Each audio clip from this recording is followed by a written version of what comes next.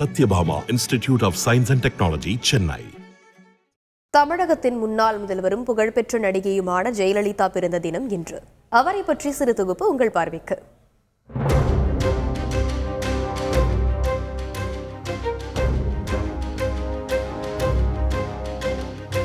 ஜெயலலிதா 1948ஆம் ஆண்டு பிப்ரவரி 24ஆம் தேதி கர்நாடகா மாநிலம் மாண்டியா மாவட்டத்தில் உள்ள மேல்கோட்டில் ஜெயராம் வேதவள்ளி தம்பதியினருக்கு மகளாக பிறந்தார்.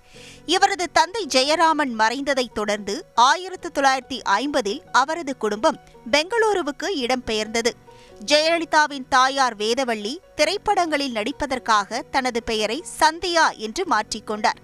1958இல் சென்னைக்கு இடம்பெயர்ந்த பின் சர்ச் பார்க் கான்வென்ட்டில் பள்ளி படிப்பை தொடர்ந்தார் ஜெயலலிதா. பள்ளி இறுதித் தேர்வை முடித்த கையோடு திரைத்துறையில் கால் பதித்தார் ஜெயலலிதா.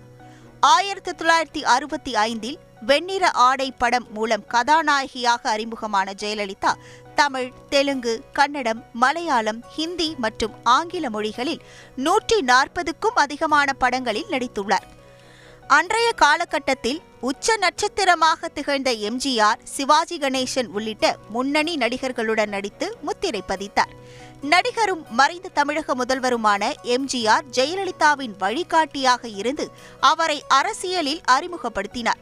1982இல் அதிமுகவில் இணைந்த ஜெயலலிதா அதன் கொள்கை பரப்பு செயலாளராக நியமிக்கப்பட்டார். 1984இல் மாநிலங்களவை உறுப்பினரானார்.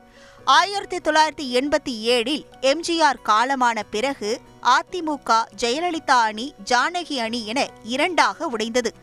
1989 தேர்தலில் படுதோல்வியடைந்த பின் இரு அணிகளும் ஜெயலலிதா தலைமையில் இணைந்தன.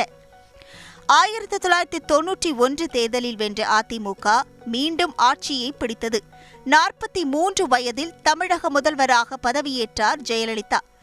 1996 தேர்தலில் தோல்வியடைந்த பின் சொத்து குவிப்பு வழக்கு உள்ளிட்ட பல்வேறு வழக்குகளை எதிர்கொண்டார்.